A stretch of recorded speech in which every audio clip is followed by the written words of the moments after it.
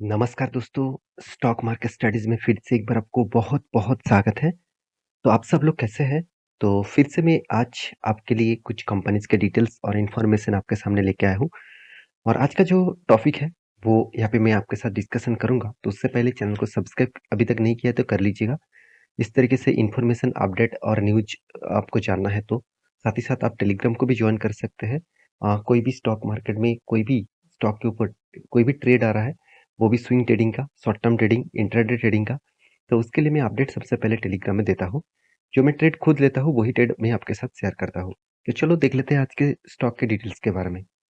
सबसे पहले मैं चर्चा करने वाला हूँ महिंद्रा एंड महिंद्रा के बारे में। आप सभी जानते हैं महिंद्रा एंड महिंद्रा ग्रुप के सबसे बड़ा एक ऑटो सेक्टर का कंपनीज है महिंद्रा एंड महिंद्रा, जो पैसेंजर व्हीकल मतलब फोर व्हीलर्स के ऊपर काम करते हैं।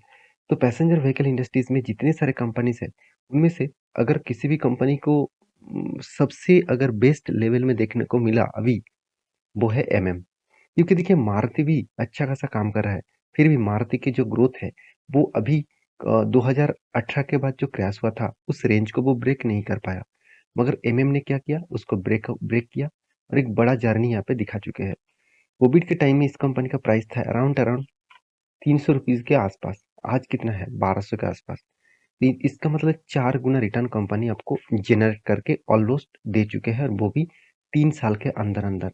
देखिए इससे बढ़िया बात और क्या हो सकते हैं, 4 गुना रिटर्न, तो सोचिए कितना बड़ा आपको रैली दिखा है। इसके पीछे कारण भी है, वो कारण मैं आपको समझाऊंगा। तो एक रिपोर्ट आया है, जिस रिपोर्ट के माध्यम से बताया गया कंपनी 90% यहाँ पर डाउन हो चुके हैं। 99% तो ऐसा कौन सा कारण में कंपनी 99% डाउन हुआ, चलो मैं आपको दिखाता हूँ। सबसे पहले मैं एक बीएससी के वेबसाइट से इस डेटा को डाउनलोड करके रखा। डेटा क्या है, महिंद्रा महिंद्रा का जो एनुअली सॉरी जो मंथली जो सेल्स का रिपोर्ट है, उसी के बारे में डेटा यहाँ पे पब्लिश किया गया है। तो आप देखेंगे तो इस कंपनी का सेल्स का रिपोर्ट कंपनी किस तरीके से सेल किया। अगर ध्यान से इस चीज को देखना कि महिंद्रा ऑटो ने जो एसीवीज गाड़ियां है, इसमें 57% का ग्रोथ किया, ऑब्वियसली अच्छी बात है। एंड 36 परसेंट का ग्रोथ हुआ अप्रैल 2023 में, और वो भी बाकी जो व्हीकल्स है। तो यहाँ पे गड़बड़ी कहाँ पे हुआ, चलो मैं आपको दिखाता हूँ। ध्यान से देखना इस चीज को। कंपनी ने यहाँ पे जो बात किया है, देखिए पैसेंजर व्हीकल्स सेल का समारी, और वो भी डोमेस्टिक, मतलब इंडिया में कितना माल बेचा गया वो आपको दिखाई दे रहा है। 2024 में आप देखेंगे तो यूटिलिटी व्हीकल्स, तो उसमें जितने सारे इसका गाड़ी आते हैं उसी को यूटिलिटी व्हीकल्स कहा जाता है। तो देखिए महिंद्रा का जितने सारे एसयूवीज गाड़ियां हैं उसको यूटिलिटी व्हीकल्स कहा जाता है। तो इस तरीके से यूटिलिटीज व्हीकल्स में कंपनी का 57% का जंप हुआ। इसका मतलब पिछले जो पिछले जो सालों में जो डेटा था, उस डेटा से इस सालों का डेटा कंपैरिजन करूँ तो एक अच्छा खासा जंप देखने को मिला 57% के आसपास। गड़बड़ी कहाँ पे हुआ, गड़बड़ी हुआ कार्स एंड वैन्स में। तो यहाँ पे कार्स एंड वैन्स क्या है, तो कंपनी के आप जानते हैं महिंद्रा के, अगर मैं यहाँ पे महिंद्रा लिख दूँ तो आपको देखने को मिलेगा महिंद्रा का जो इतने सारे कार्स और वैन्स है, तो इस तरीके से कैटेगरीज के जो गाड़ियां हैं, इसमें कंपनी का सेल एकदम गिर चुके हैं। 99% का सेल डाउन हो चुके हैं। तो यही सबसे बड़ा गड़बड़ी कंपनी के ऊपर देखने को मिला। जिस सेगमेंट में एक्चुअली देखा है तो इस तरीके से सेगमेंट में ये जो गाड़ियां है, इस गाड़ियों में टाटा और मारुति बहुत तेजी से ग्रोथ कर रहा है। उस जगह पे यहाँ पे महिंद्रा उस तरीके से ग्रोथ नहीं कर पाया इस सेगमेंट में। तो इसीलिए देखिए यहाँ पे 99% का फॉल देखने को मिला। जो पिछले बार 360 के आसपास, 59 के आसपास यहाँ पे टोटल गाड़ियां बेचा गया था, इस बार सिर्फ के सिर्फ 4 गाड़ियां बेचा है इस मंथ में, सिर्फ के सिर्फ 4 गाड़ियां। तो सोचिए कितना बड़ा यहाँ पे डाउनफॉल देखने को मिला। तो ओवरऑल बात करूँ 54% के आसपास यहाँ पे सेल्स को देखने को मिला। बाकी देखिए गाड़ी के जो परसेंटेज है यहाँ पे अच्छा खासा देखने को मिला है। अभी रही बात कंपनी के एक्सपोर्ट का, एक्सपोर्ट के मामले में हर कोई कंपनी का सेल्स डाउन है, अभी भी डाउन है। मुझे लगता है और भी कुछ मंथ ऑब्वियसली डाउन रहेगा, क्योंकि ग्लोबली मार्केट में जिस तरीके से मतलब इन्फ्लुएंस रेट बढ़ने के कारण, इकोनॉमिक्स क्राइसिस के कारण ग्लोबली मार्केट में जिस तरीके से इम्पैक्ट आया, उस हिसाब से एक्सपोर्ट लगातार गिरते जा रहे हैं। तो इसी के वजह से कंपनी के ऊपर थोड़ा-सा प्रेशर देखने को मिला। तो क्या कंपनी का कंटिन्यूअसली हो सकता है? देखिए मैं एक ट्रेंड लाइन आपको ड्रॉ करके दिया था। इस लेवल में मैं खुद एंट्री लिया था और मेरा टारगेट अच्छा खासा इस लेवल तक बना है। तो फिर से मैं एंट्री लेने का तैयार हूँ। यहाँ पे इस जगह पे अगर वॉल्यूम करे, अगर डायरेक्ट जाकर यहाँ पे ब्रेकआउट करे तो मैं एंट्री नहीं लूँगा। मैं आपको बार-बार बोलता हूँ एंट्री लेने का सही प्रोसेस है, ब्रेकआउट करने के बाद फिर से वो रिवर्सल करे, उसके बाद रिट्रेसमेंट करके ब्रेकआउट हुआ, तो उसी लेवल में एंट्री होना चाहिए और आपका टारगेट प्राइस 1:3 रेशियो का रखना चाहिए। तो आप किस तरीके से रखना चाहते हैं? अगर आप रखना चाहते हैं 1:2 रेशियो का, तो आप उस हिसाब से काम करिए। मैं हमेशा 1:3, 1:2.5 इस तरीके से रेशियो, 1:4 इस तरीके से रेशियो में काम करता हूँ। तो ये था कंपनी का डिटेल्स। तो सेकंड जो कंपनी है जिसके बारे में बात करूँगा वो है आईआरएफसी। देखिए, कुछ दिनों से अगर देखेंगे तो आरबीएनएल, साथ ही साथ देखेंगे तो आईआरएफसी, इस दोनों दोनों कंपनी के ऊपर बहुत तेज़ी से एक रैली देखने को मिला।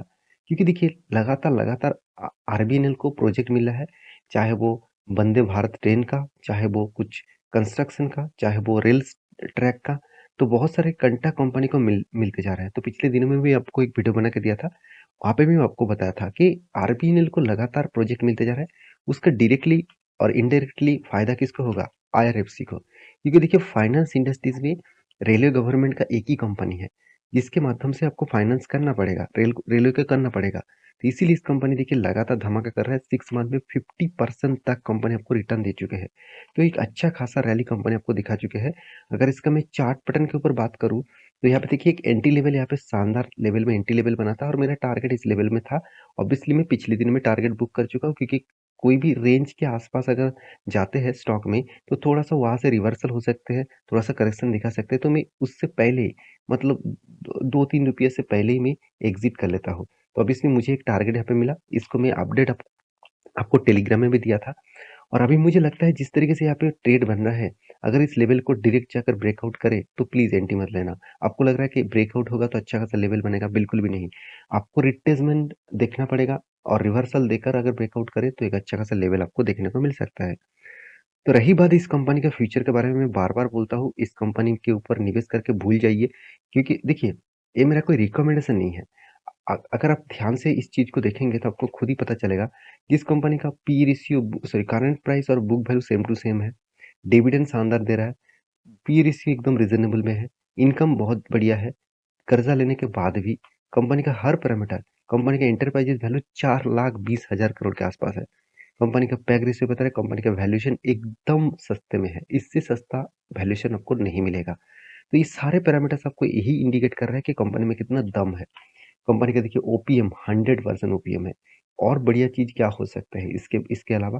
तो कंपनी ने आपको अच्छा खासा रिटर्न भी दे दिया 1 साल में, और बाकी देखिए सेल्स ग्रोथ, प्रॉफिट ग्रोथ सब कुछ आपको बेस्ट लेवल में देखने को मिलेगा।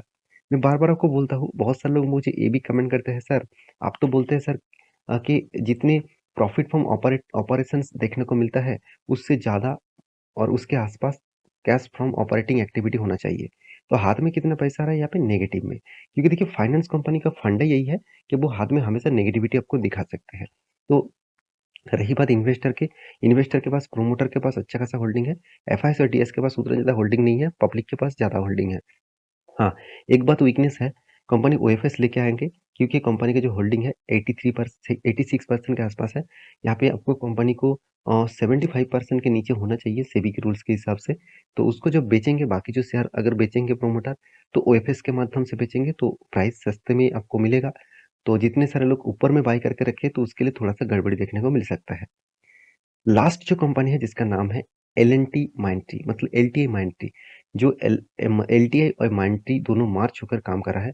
इस कंपनी में मैं आपको बार-बार बोलता हूँ, इस कंपनी का वो आपको फ्यूचर विज़न बहुत स्ट्रॉन्ग है। अभी से अगर आप इस कंपनी के ऊपर फोकस रखे हैं, तो फ्यूचर में एक अच्छा खासा ग्रोथ आपको दे सकते हैं। रही बात इस कंपनी के डिटेल्स के बारे में, तो एक बात मैं ज़रूर कहूँगा, कंपनी में जो स्ट्रेंथ है, वो आपको फ्यूचर में और भी बड़ा स्ट्रेंथ देखने को मिलेगा। इंडिया के टॉप 5 रैंकिंग में कंपनी का नाम शामिल हो चुके हैं। क्योंकि इसका market cap around around 1,35,000 crore से भी ज़्यादा है। तो मैं इस कंपनी के ऊपर ज़रूर फ़ोकस रखने के लिए बोलूँगा।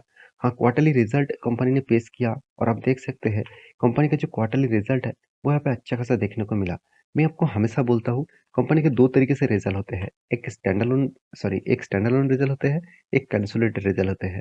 तो कंसोलिडेटेड जो रिज़ल्ट है, वो भी आपने देख चुके हैं। अभी स्टैंडअलोन रिज़ल्ट आपको दिखा दूँ, तो वहाँ पे भी आपको पॉज़िटिव दिखेगा।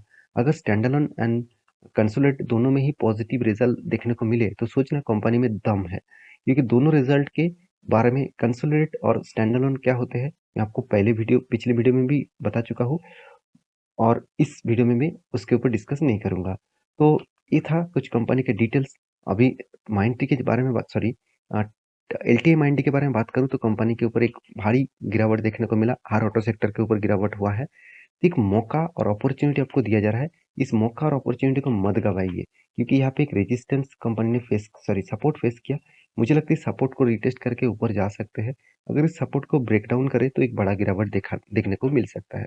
तो देखिए, अच्छे कंपनी के ऊपर आपको सही टाइम में आपको मौका मिले तो उसका फायदा आपको उठाना चाहिए। बाकी आपके क्या राय है, मुझे जरूर कमेंट करना। इसी तरीके से इन्फॉर्मेशन पाने के लिए चैनल को सब्सक्राइब भी करना। मिलते हैं नेक्स्ट वीडियो में। तब तक के लिए अच्छे से रहिए, अपने ख्याल रखिए। Bye bye.